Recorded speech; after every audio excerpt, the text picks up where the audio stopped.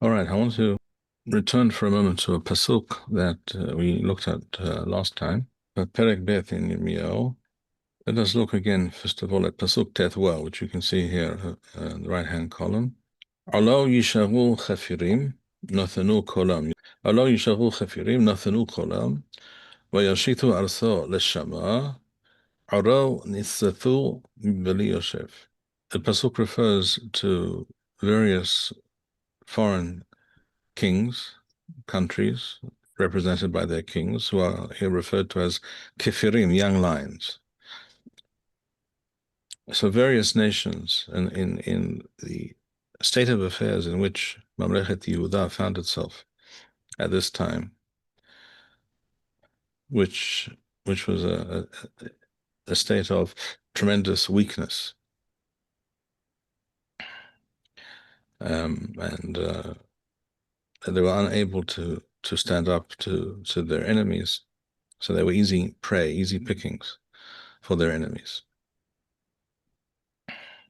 The reason, of course, for this is as the Navi said previously in Pasuk Yod Daled.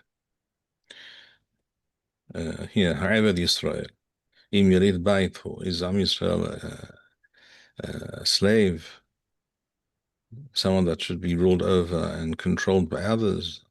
Madua Haya Levaz. Why are they at the mercy of others, and they can be pillaged and overrun by other nations? And then it goes on to say what we just read now. Shama is turning the country into making it desolate. The cities, many of the towns and cities, most of the towns and cities apparently were, or at least the larger places were conquered and were pillaged, so that the people fled, so the place was deserted. Gam b'nei Nof v'tah Panhes, as we mentioned last time, this refers to Misraim, to Egypt. These two places, Nof, I mentioned last time, Nof is the name of the city in Egyptian, I think. The Greeks called that city Memphis. The Greeks called it Memphis, and from there you've heard the term down to our own day. Now, at this point, as we mentioned, the Egyptians were much weaker than they had been in the past. Once upon a time. Sorry? What did you say, David? No, I didn't say anything. Heard something. Previously, the Egyptians had been a true superpower.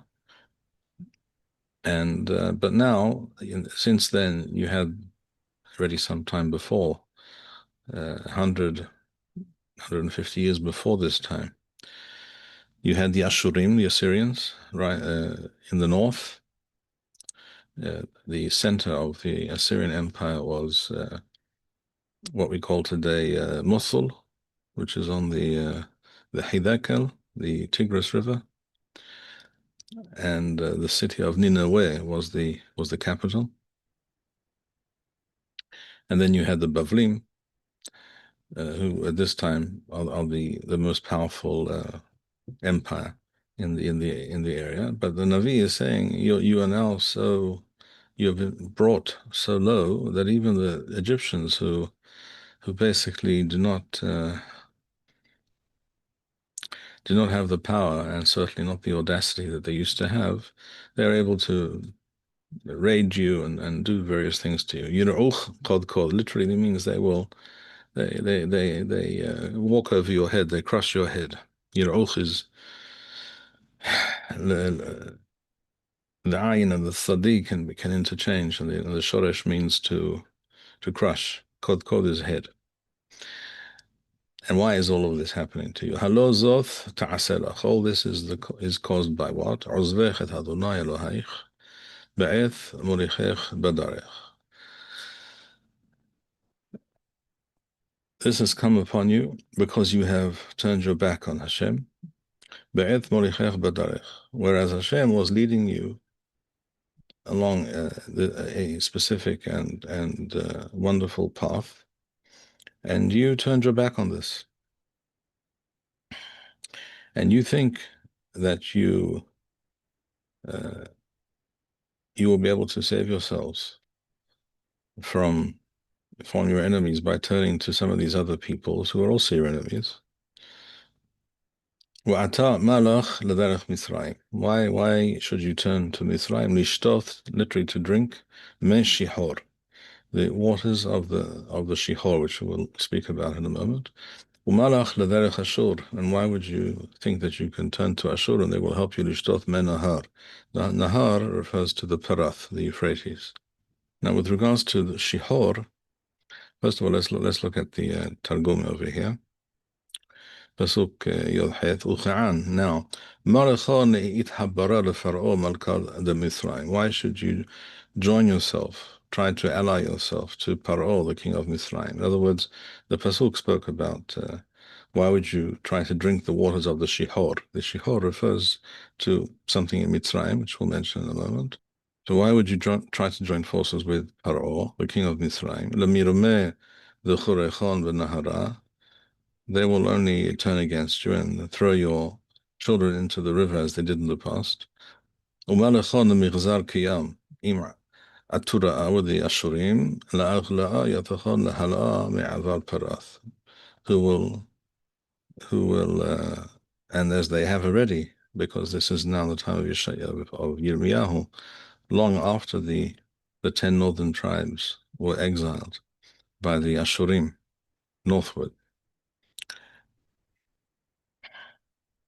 In other words, that which was done by these people, these nations to Am Yisrael in the past, they will do to you again. You cannot rely on them. Now, I want to show you also the Pirush, for instance, of Rashi here. First of all, to identify the Shihor. What is the Shihor? Rashi says here over here, Rashi says, Malacha l'derech Mithraim, lama ta'azvi othi. Why would you turn your back on me, leave me, Tivtahia Mithraim, and place your faith in Mithraim? Lishtoth me Shihor, to literally to drink from the waters of the Shihor, Shetibba'u zechurehem banilus, who drowned your children in the Nile. So drinking from the Shihor is to benefit from them, to rely on them in some way. Rashi here says Shihor hu Nilus. This refers to the Nile. And this requires a little bit of explanation. You have, for example, let me show you another, a different pasuk altogether for a moment. In Sefer Bereshith, Perek Tethwal. This is Berith ben Abitharim. And at the end of this Perek, over here we see Bayomahu, see Perek Pasuk Yodhet. So this is Perek Tethwal in Bereshith, Pasuk Yodhet. Karat Adonai et Avram Berith Lemor. Hashem made the following covenant and promise to Abraham. Lezar'acha nathati et ha'aretz hazot. Nathati is deliberately in the past tense. In other words, it's been given already. In other words, it's a done deal. Min nahar Mithraim ad ha-nahar gadol nahar Parath. From literally the river of Mithraim ad ha-nahar gadol nahar Parath, till and up to the Euphrates. In other words, these two rivers being mentioned here are the borders of Eretz Yisrael in the north and in the south, or at least in the southwest, with regards to Nahar Mithraim. The question is, what is Nahar Mithraim? Rashi here says, actually here Rashi does not say. Here Rashi does not explain. Other Mefarshim here do explain. For instance, let me show you Rabbi Avraham ibn Ezra here. Here you can see he says, Nahar Mithraim hu Shihor. This, when it says Nahar Mithraim here in Sefer Bereshit, it refers to the Shihor. a river called the Shior. V'lo ha-Yaor, and it's not the Yaor. The word Yaor obviously refers to the Nile, right? Throughout Sefer Shemoth, for example, when the Nile is mentioned frequently, it's always referred to as ha-Yaor, right? Ha-Yaor. In other words, the Nile has a special a name, which is, by the way, it's from the Egyptian. The word Yaor comes from Yadu or something. I think it is in ancient Egyptian, which refers to the river, the Nile. But here it's referred to. Rabbi Abraham Ibn Ezra explains this refers to the Nile, not to the Nile, but he says to the Shihor. Now, what does that mean? Does he say it again over here? I'm not sure. Yeah, there's more than one version of Rabbi Abraham. We have more than one version of his Perush. I don't recall what the Radak here says. Let me just double check. No, here he doesn't say. Here he does not say. We have the pasuk. We also have a pasuk in Sefer Yehoshua, which Rashi did refer to in Yirmiyahu that we were just looking at. In Yehoshua, Perik Yod Gimel, pasuk Gimel.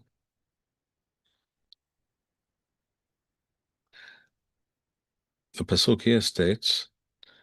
Here the pasuk says as follows. Let's begin at the beginning of the perek. Yeshua Zaken. Yeshua was now elderly. He was towards the end of his life. Ba bayamim. Vayomer Adonai elo. Ata zakanta bata vayamim. You are old. You are no longer really going to be able to lead Am Yisrael in war any longer. V'haaretz nishara harbe ma'od lerishta. But there is much of the land still to be conquered. Zot haaretz hanisharet. These are the areas that you have not yet conquered. Kol Gelilot HaPelishtim, V'chol HaGeshuri.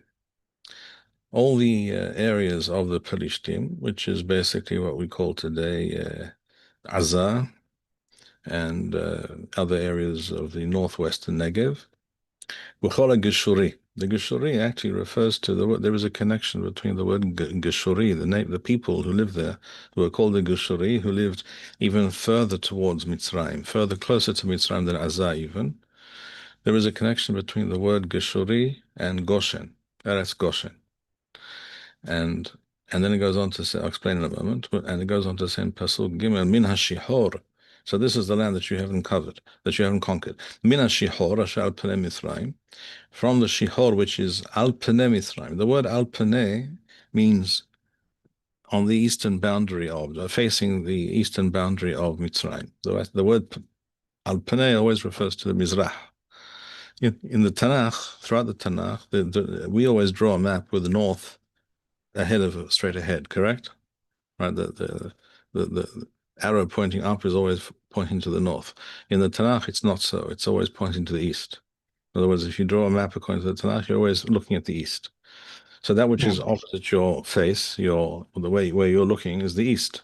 So that's why it's also called Kadem. Yeah. The east is called Kadem, Kadima, right? Kadima means forward, but it also means east. Kedma. So we have in the Torah the expression Kedma Mizraha, which is basically a sort of redundancy. In other words, Kedem is Mizrah. Al Pnei Mitzrayim means to the east of Mitzrayim, but close to Mitzrayim. And then it goes on to mention the area of the Plishtim, which is the Azati, Ashdodi, Ashkeloni, Hagiti, Ekroni, Ha'awim. All right, so what Rashi here says in Sefer Yehoshua, Perek Yud Gimel Pasuk Gimel, Rashi says here, you see, the Shihor, Rashi says, Hu Nilus Nahal Mithraim. This refers to Nilus, which is also known, according to Rashi, the Shihor and Nahal Mithraim are the same thing, because we also have a few places in the Torah and the Tanakh that speak about Nahal Mithraim. The question is Nahal Mithraim the same as Nahar Mithraim, or are they two different things? Rashi believes that they're the same thing. There are other Mefarshim who agree with Rashi, and there are some who disagree, as to this question of whether they're the same.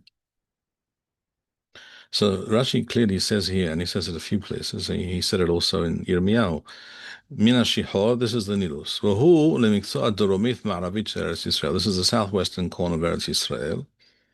Shelo kavash Yoshua kol mesar hadormi. Yoshua did not conquer in his time all of the southern, all of the territory to the south of in the southern part of Eretz Yisrael. Ela mi midbar sin. Midbar sin is basically the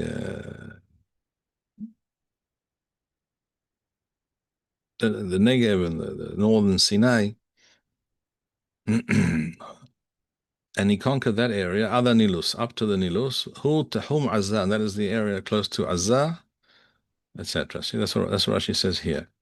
If we go back now to Yirmiyahu, Pasuk Yod Heth, here Rashi also says, Shihor Hu Nilus. All right, so Rashi is consistent. And there are a few other places. Rashi says this all the time. Shihor is Nilus. The question is, one of the questions, of course, that we should ask ourselves is, if the Shihor, as indicated in what we just saw in Yoshua,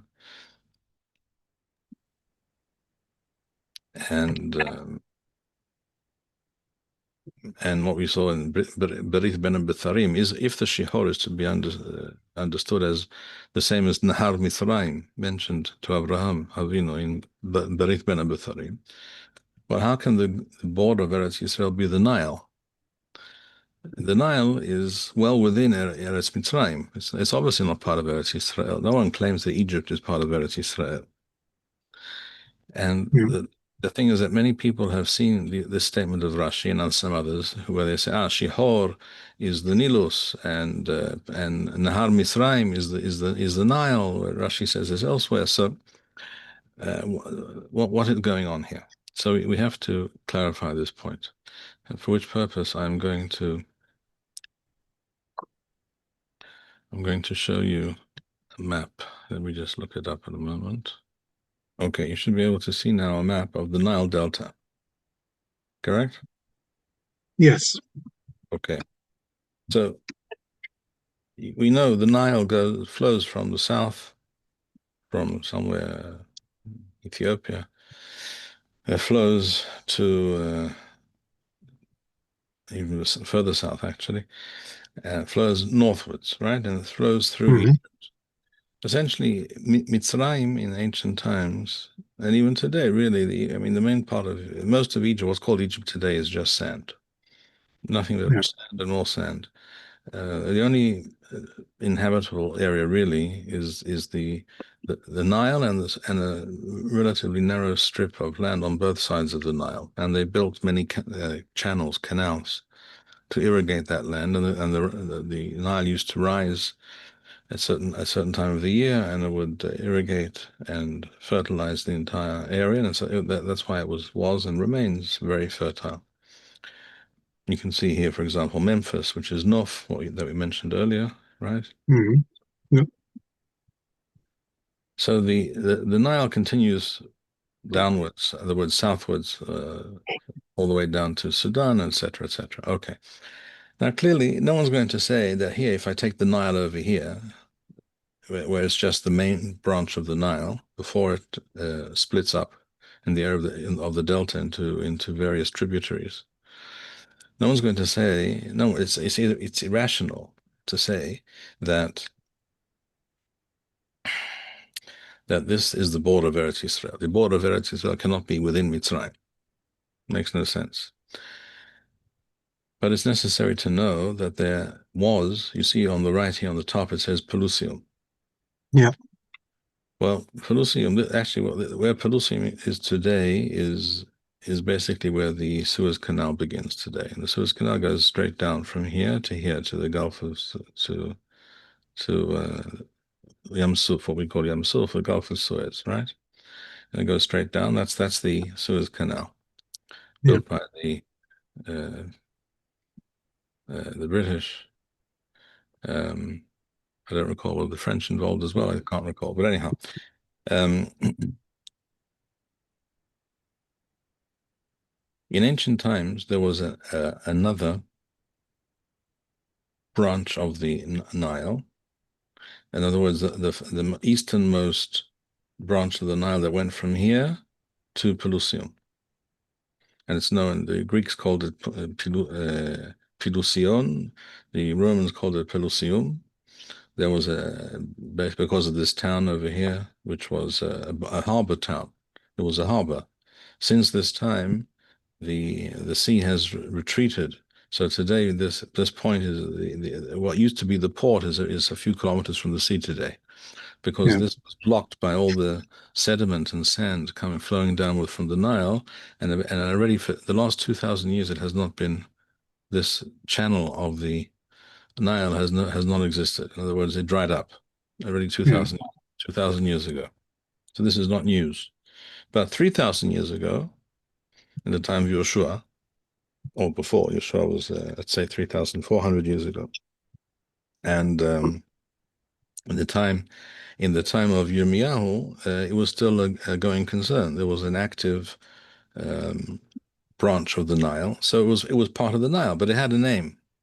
The Hebrew and the Hebrew name, at least for this part of the Nile, maybe for the whole Nile, but for this part of the Nile in Hebrew, the Jews called it the Shior. Why Shior? As some of Farshim explain, like Shadal and others. Who else explains this? I think perhaps maybe the Barbanel also. A couple of Farshim explain this.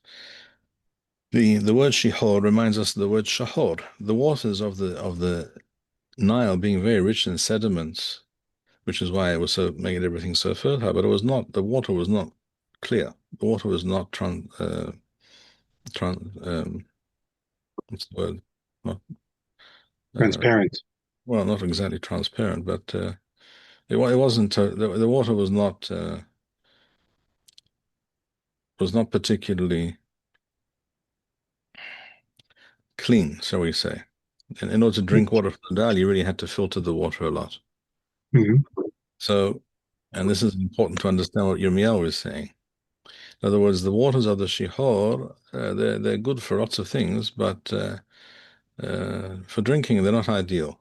Not until you at least do something about it. Not like the water of the Yarden or the rivers that we have in Eretz Yisrael, where the water, if it's not being polluted, is clear, is translucent. So, see, when I believe, and this is not just Rashi, but I showed you Rashi, but the fact is that let me show you over here. This is the same pasuk we looked at in Bereshit a moment ago. Bayomahu karath Adonai, and you can't see it. Hang on.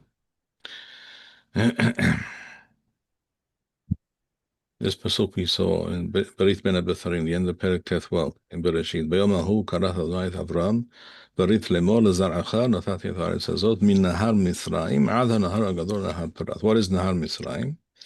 So Onkelos here says he doesn't really translate it. Right? Here Onkelos says min naharada Mitzrayim, from the river of Mitzrayim. It doesn't really change it doesn't inform you, explain further what it refers to. But other Targumim agree. We see they say the same as Rashi. In other words, here Targum Yerushalmi, it says here. Minilus the Mitzrayim, from the Har Mitzrayim is translated as from the Nile of Mitzrayim. The same is true of another version of Targum Yerushalmi, which is Minilus the Mitzrayim also. And in other words, there are many sources which identify the Shihor as the Nile. What I'm explaining is that it's not the Nile. It's not what people imagine when they hear the word Nile. They imagine the main body of the Nile, which goes through Mitzrayim, which is a huge wide river, and before it breaks up into all these various smaller tributaries in the delta area. Eretz Goshen, by the way, is just to the right or to the east of what used to be the Shihor. In other words, Goshen is right near. Is the closest part of Eretz Mitzrayim, closest to Eretz Yisrael. And the Geshuri that we just saw in Yirmiyahu are also, Goshen, Geshuri apparently are connected. They lived in the desert just to the east of that area. So where Am Yisrael lived in Eretz Mitzrayim, Eretz Goshen is right near the Shihor, to the east of the Shihor. So what I'm saying is, first of all, when it says, when Rashi with the ancient names say the Shior refers to the Nile, it's true. It refers to the Nile, but one branch of the Nile and a branch that no longer exists. Yeah. By the way, the Netziv also understood this and writes this Mefurash in his. Yeah, I can show it to you perhaps over here. I think he says it over here. See, the Barbanel here also says in Sefer Bereshith. You cannot see it. How can you? The Barbanel here over says. He says, "Unahar Mitzrayim enonilus, ki hu anikra Yair, velo nahar, aval hu Shihor." All right, so he says not the Nile, it's the Shior, but the Shior means that ancient branch, the easternmost branch of the Nile, which is therefore can also be described by some as the Nilus. Yeah.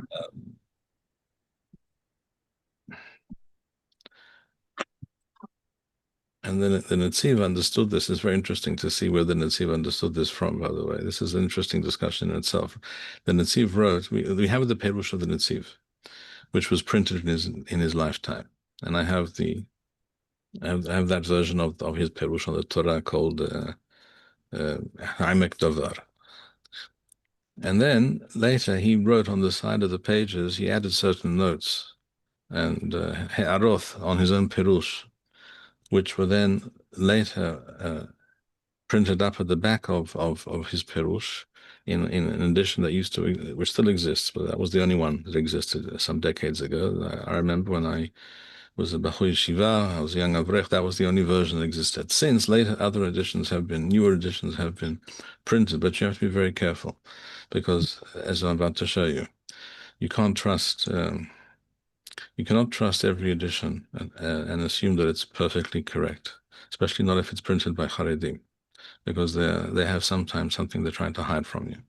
And this is a good example, because over here it says that the Netziv wrote in his own handwriting and added to his Perush the following: Ada Nahara Gadol. This refers to in Brit Ben Abetharim. So the Hara Gadol is the Tzafon in the north. That refers to the Parath, Euphrates. Then he goes on to say, Unahar Mitzrayim, that's mentioned here in this pasuk, Eno Ka'eth Ba'olam, does not exist today. Eno Ka'eth Ba'olam, he says. You see this? Can you see it? Yeah, I see. Yep. Ela Shaya Nahar Mafsik Sham. There used to be a river, a branch of the river used to be there. And how does he know this? He says he read this. I learned this, he said, from the Tzefira. The Tzefira was a Jewish newspaper in Russia, in Lithuania, in his day. So we're talking about late 19th century. Okay, it was a Jewish newspaper. You can look it up. It's a very interesting history.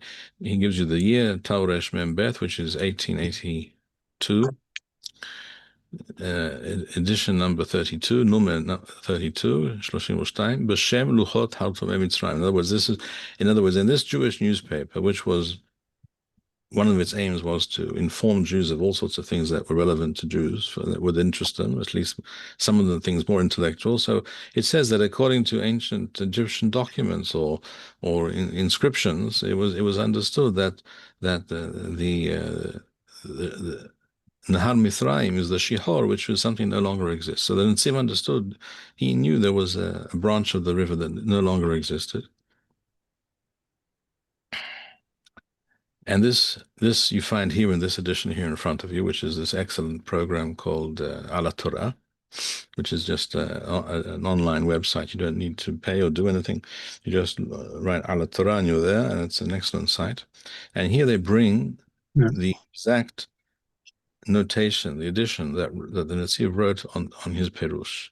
But if you look up a Haredi edition put out by an organization calling themselves Yeshivat Volozhin, which is obviously not exactly true because Yeshivat Volozhin was in Lithuania and is no more. But they call themselves Yeshivat Volozhin, which tells you something about themselves. An interesting, as it were, Freudian slip, so to speak. So I looked this up the other day. It's fascinating. They mention the Chidush of the Netziv that he wrote, but they excised any reference to the newspaper and to Chautumei Mitzrayim. So all they wrote was they added a few words also. So what they told you was Ra'ui Lada'at. They added the words Ra'ui Lada'at Shenahar Mitzrayim Eno Ka'eth Ba'olam Ena Shaya Az Nahar Mafsik Sham. That's it. That's all they did. The rest they hide from you. They didn't want you to know that the Netziv looked at the newspaper. You know, Yeah. it wasn't lichvodo shel netziv that you should know that he was interested in knowing the truth, and he was willing to search for this truth wherever it may be found, and he looked up all kinds of books, including this Jewish newspaper at the time, because I think these Haredim view the tzfira as too maskil, in other words, too broad-minded or something like that. Yeah. But the Netziv was not that kind of person, as you can see. So it's very important to know that when you buy some of these newer, fancier, very nicely produced versions of the Netziv's Perush on the Torah, you are being given a censored, sanitized version according to the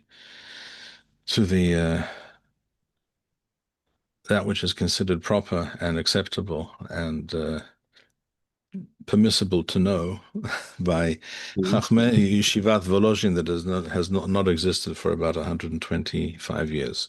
I think it was shut down in the year 1900 by the Russian government, if I'm not mistaken, because it refused to teach Russian in the yeshiva. So the fact is, you see that Netziv, people think that Netziv, he was, these people like to imagine he was like Charedim Gdolei Ador today. Well, he wasn't. He was actually very different. Which is also perhaps one of the reasons that in the Haredi world they mention him less, shall we say, than others. And there's I think this is one of the this is an example of one of the reasons for that. Okay, now we're going to return to Sefer Yirmiyahu, and now you can also begin to understand better this pasuk in Yirmiyahu. The pasuk was here, pasuk Yod Heth. Wa'ata malach ledarech. I have to show you the pasuk, the screen. Wa'ata malach. Oh, there you go.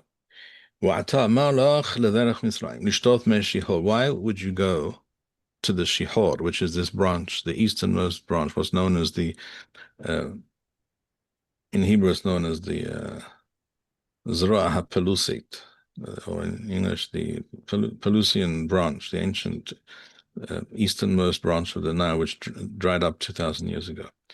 Why would you go there to drink their water, which is not pure and clear as the water in Eretz Yisrael is? And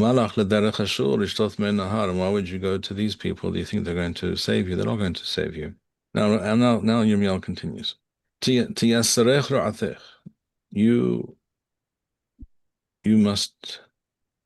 You surely must see that all that is happening to you, all your troubles, are because of the evil you have done. And your waywardness is coming home to roost, and you're paying the price.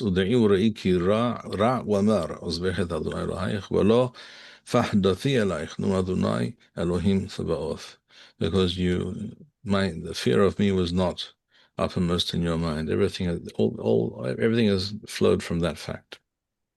Pasuk Kaf. Ki me'olam shavati olech nitakti mosarotaich. ותאמרי לא אעבור. כי על כל גבעה גבוהה ותחת כל עץ רענן את צועה זונה. I'll bring up the Targum. פסוק כף. הרי מעלמה תבריף ניר עממיה מפבורכון. Always in the past I broke the yoke, removed the yoke of the nations from your neck. פסקיף הנוקחון ואמרתו לא נוסיף עוד למעבר על ממרח. And I saved you from that which was choking you literally, hanokechon, the yoke around your neck, ואמרתו לא נוסיף עוד למעבר על ממרח, and you promised to no longer transgress my word, my teaching. Are But that's not what happened.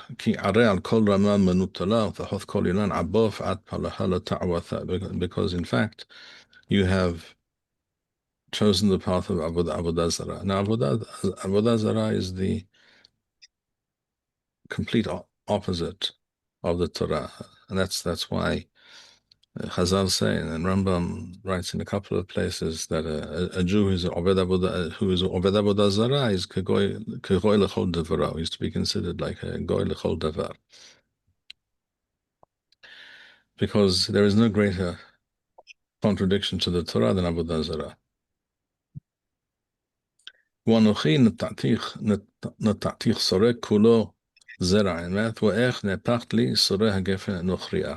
You know that even in my garden here at home, we have this wild vine, grapevine, but I didn't know where it came from. I never planted it. It's just there. It's arrived, and it just grows, which is very nice. And even occasionally, not always, is interesting. It does not every year. Sometimes it produces a small handful of grapes, but these Yeah. grapes are sour.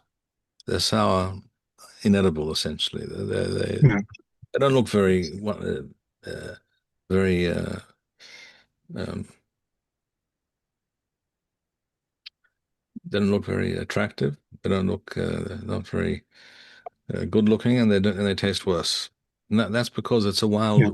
vine. It's not a cultivated vine, and that is what he's speaking of. Yirmiyahu is speaking about. He's sureh gefen and nochria. In other words, this wild, untended vine which just appears. So you're supposed to be a fine, top quality vine producing the best fruit, but in fact, you have produced something very different. If you try and use different soaps and materials to wash out the stain of your sin, the stain is too great. It's not going to be cannot be washed out. How can you claim I haven't become tameh, I haven't followed the Ba'alim? Everyone can see. You are like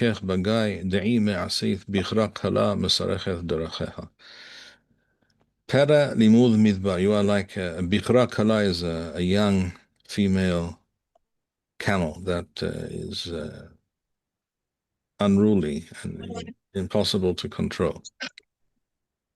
Then it goes on to compare Am Yisrael to a pera limud midbar. The word pera also appears in the Torah, but instead of a hey with an aleph, right? When it regards to Ishmael, Ishmael is referred to as Uya pera adam. It's the same thing.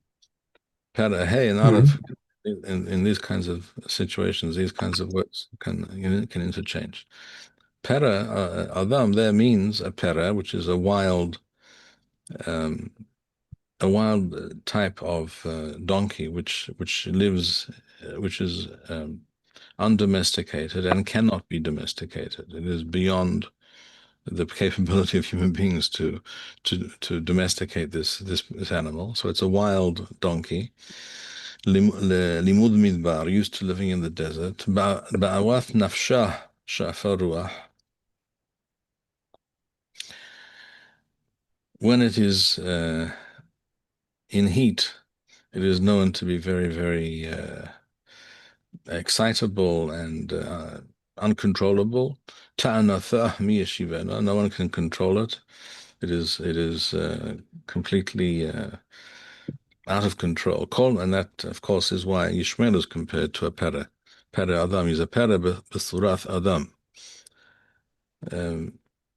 By definition, Yishmael cannot be, so to speak, domesticated. They cannot be civilized. Those who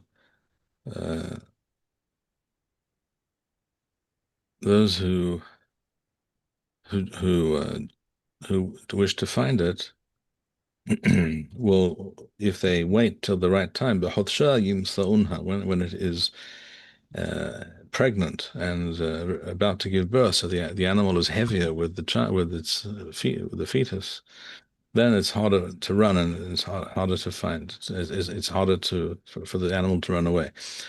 من عير أغلق ميحف وبرونيخ مثماء לא, sorry, בתאמרי נואש, לא, כי אהבתי זרים ואחריהם אלך. In other words,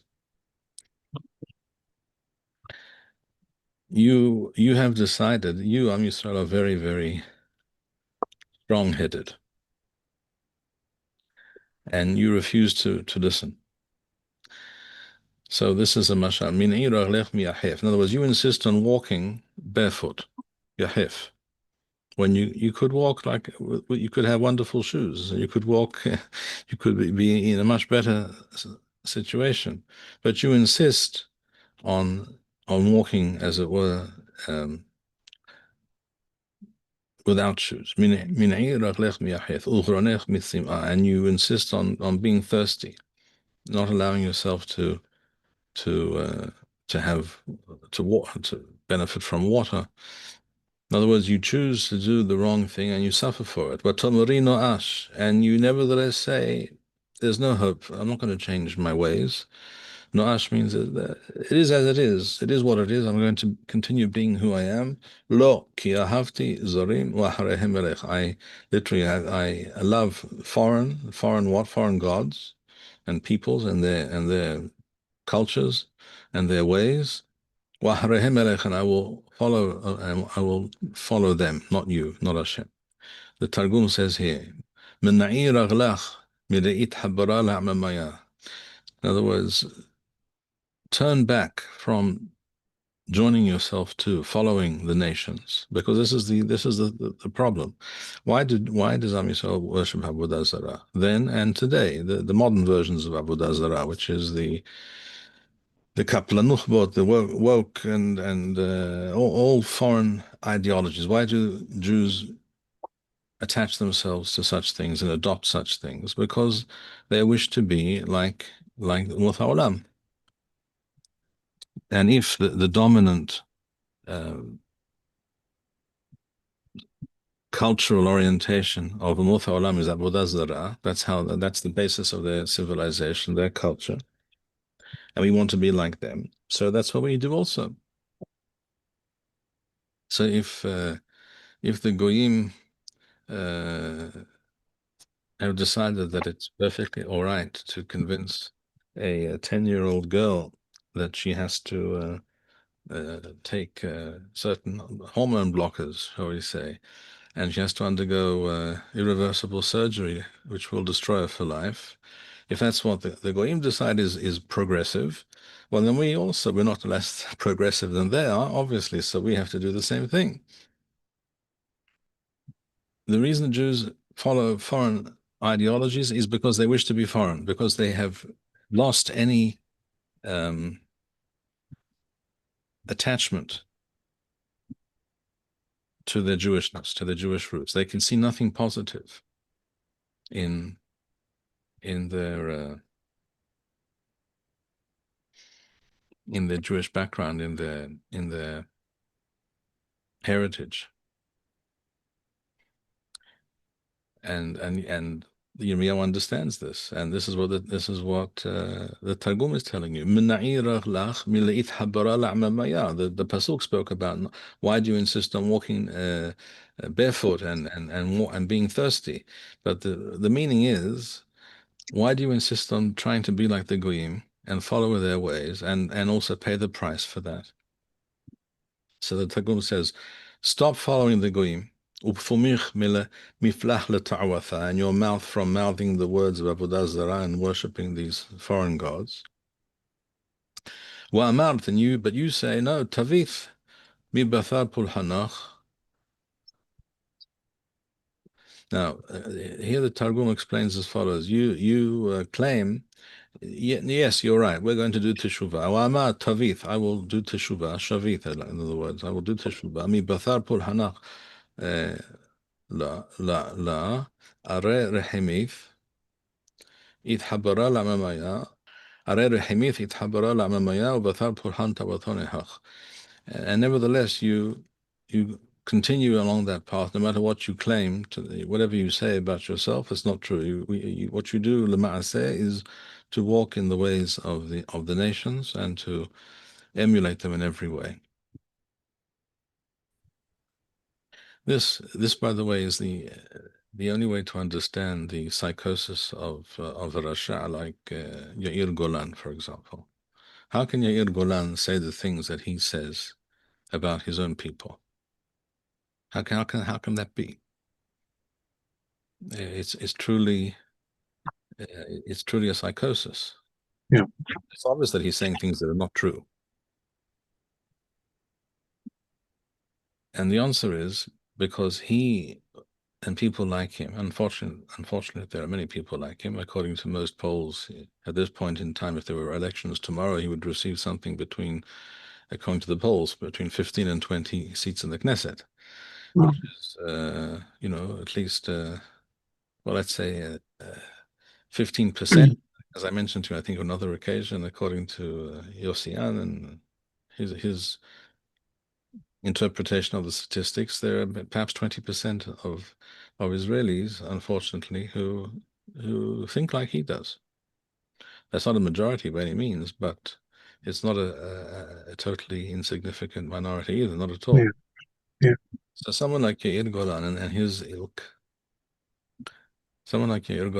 ilk, they were brought up on such a toxic diet of hating Judaism and having complete disdain for anything to do with the Torah and Jewish practice and Jewish thought, and to try and be as much like the Goyim as possible. Thus, such a person can become a truly auto anti-Semite, a self-hating, complete self-hating to a pathological extent. It's truly pathological to hear someone like that speak, and the kinds of crazy, wild, baseless, and hateful statements that such a person comes up with. But this is, again, we see, not a new phenomenon.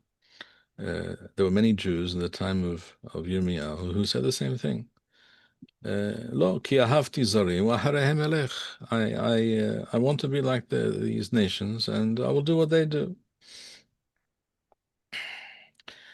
Kavua, kevoshet ganav kiyimoth, just like a thief who was caught red-handed. Ken hovishul bet Yisrael, so should you also be shamed. Hema malchehem, sarehem, v'chanehem, uneviyehem. All of you, your leaders, and you yourselves, you are all guilty. As the Targum states here, kevahataf gevar demitchashev meheman. Just like a person, a man who is considered reliable and honest, or mishtakach ganeh, but is found to be a thief, ken behithu bet Yisrael, so should you be ashamed. Inun malchehon, ravrevehon, v'chanehon, unevehon, zeshikra, all of you and your leaders. Omerim la'ith avi ata, those of you who say to that made of wood, you are my father. Ula even at yelidtanu, and that made of stone, they say, you have given birth to us. Kifanu elai oref, they have turned the back of their neck, their back to me. Ulo fanim. Uve'eth ra'atham yomuru kumu v'hoshienu, but when things go very bad, then they turn around and say, Hashem, help us. As it says here, Umarin Lithlem, they say to the Pesa, to the idol, Avuna, to the idol made of wood, is wood, Eth, Avuna, you are father. Walama damit abed min avna amarin le at berethana. Why do they say that which is made of stone? You have created us. Are ahzaru befulhani kadal. Kadal is the oref, the back of the neck. Wala shawiyu lahlathi lekabel apehon. They do not place my fear literally on their face. It's not on the agenda. Uve'idan davishta, and when things go wrong at a bad time, afya lehon kafarin beta'uthahon. When I'm sorry, uve'idan davishta, afya lehon, when bad things occur, kafarin beta'uthon, then they change their mind. And they admit that we were wrong. Rahem alana ufrokana, and save us. Pasuk Kaf Asher asitha lach. Where are all those gods that you made for yourself? Yokumu im yoshi'ucha ba'eth ra'athecha. Where are they? Why don't they rise up and help you now? Ki mispar arecha hayu elohecha Yehuda. The numbers of your gods is equal to the number of your cities. In other words, Yirmiyahu was describing a situation where Avodah Zarah was rampant, was completely rampant throughout the kingdom. Where are all those gods you made? Yikumun, let them rise up. Im yocharon, if they can. Lemifrakchon. Be'idan bishatchon are minyan kirwechon hawa'a dahlatchon devet Yehuda. Your cities and the numbers of your gods are the same. Lama thariu elai. Why would you now complain to me? Lama tun v'daman lemidan limdan lekavel pitgamai. Why would you think that you have any right to discuss what is happening to you and what I'm doing to you? Kullechem pesha'tem bi nom Adonai. You have all sinned against me grievously. The word pesha refers to a grievous sin, as it says here in the Targum. Lama'atun v'daman lamindan lekavel pitgamai kulechon beratun. You have rebelled against me, right? B'memori amar Adonai. L'shau hiketi ad benechem. Musa lo lakachu. I've struck you, I've punished you, your sons, your children, for no purpose. L'shau, you don't take notice. Musa lo lakachu. Achela harbechem neviachem karya mashchit. But rather than take note of what the Nevi'im that I sent said to you, you killed those Nevi'im in some cases. Lemagan al keti yath benechon. For no reason. Lahinam, I punished your children. Ulfan lo kabilu, you unwilling to learn. Ulfan is study, learning that which is taught. Katelaf harbechon, your sword have killed Nevi'echon. Ke'aryeh dimhabel, like a lion that attacks and kills. In other words, you didn't want to listen to the Nevi'im. Hador, you, the present generation, Atem ra'u devar Adonai, take note of the word of Hashem. Hamidbar hayiti Yisrael, was I a barren desert to Am Yisrael? Im eretz ma'apeliyah, were you like, when you followed me, were you, as it were, living in darkness? Madu'a amaru ami radnu, lo navo odai. Why have you decided to ignore me and we rebel against you?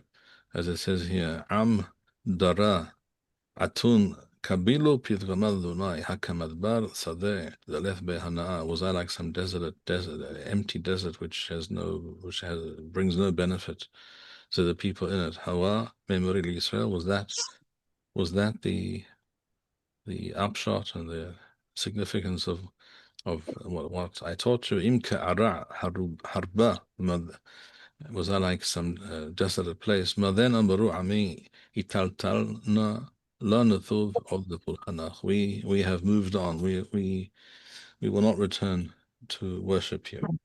Hatishkach bethula edya. Is it possible for a young maiden to forget her beautiful jewelry, kala kishureha, or the kala bride, to forget, to ignore, to have no interest in all her beautiful, either refers to the kasharim of her hair or her clothing.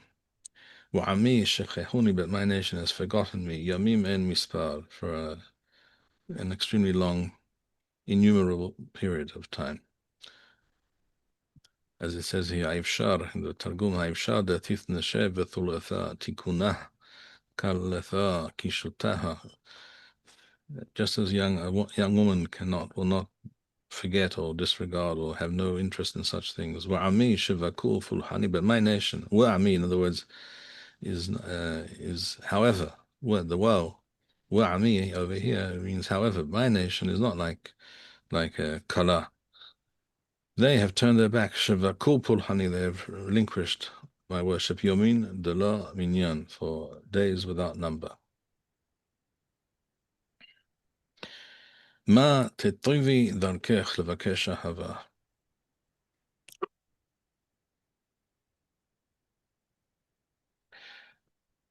And yet you continue to search for love, as it were, like a woman searching for love elsewhere where she should not be searching for attention. You but you continue to wish to attach yourselves to the nations and follow their ways. In other words, Am Yisrael is compared to a wayward woman, always searching for foreign affairs, lovers, what have you. לכן גם את הרעות לימדת את דרכייך, בכן אף ירבישן aleft min orhatich. In other words, even the worst of the nations have learned from you. This is reminds us of the statement in Masechet Megillah and the Talmud Bavli that Am Yisrael are compared both to the dust of the earth and to the stars of the heaven. When they walk according to when they act and live and lead their lives according to the Torah, they are like the stars of heaven. They're very high up and supreme and special. But when they follow the ways of the nations, they can be worse than others. They're like the dust of the earth, as we see today. גם בכנפייך, פסוק ל"ד, גם בכנפייך נמצאו דם נפשות אביונים נקיים. On your clothing, one can see find the stains of blood of innocent, poor people. In other words, it's easy to see. After sitra ishtakach da'ashat dam zaka, you've spilled innocent blood. There was also much sociological and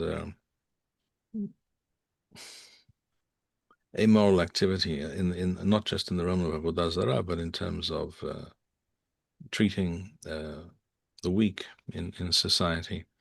Dam nafshat the miskinin, people who are weak, zakain, but righteous. Lo chamad mashkahin v'machtarta elahen al kol ilain avalt. You have done all these things, and it's all plain for all to see. What tomariki niketi, and you claim, no, I have done teshuvah, achshav apomi many, and now Hashem will return to me. His anger will be turned away. Hinani nishpat hothach ali amrech lo hatati. But I know that you have not done teshuvah, and I will judge you for saying that I have not sinned. Ma tezeli me'od l'shanot et darkech. Gam em Misraim tevoshi kasher vosht me'ashur. Why do you continue to go astray? They will turn your back on you. Mitzrayim and Ashur, they will not help you, and you will only find shame and eternal dishonor. Gam me'et zet tesai u'yadayich al roshech. Even though you turn to these people to help you now, you will find yourself with your hands on your head, which is an expression which means you will find yourself despairing and without any help. Af milawat den tipekin uvahatath hovach al reshich. You will not be helped by these people. You will find yourself helpless. Ki ma'as Adonai b'miftahayich v'lo taslichi lahem. Arei rachek Adonai ruchsanach v'lo taslichin lahon. Hashem has guarantees that all these people that you turn to for help now will not come to your aid, and you will not find that which you're looking for there. So we should stop here. Hashem yishmerecha, yivarecha Adonai v'yishmerecha. Kol tov, Shabbat shalom. Shabbat shalom.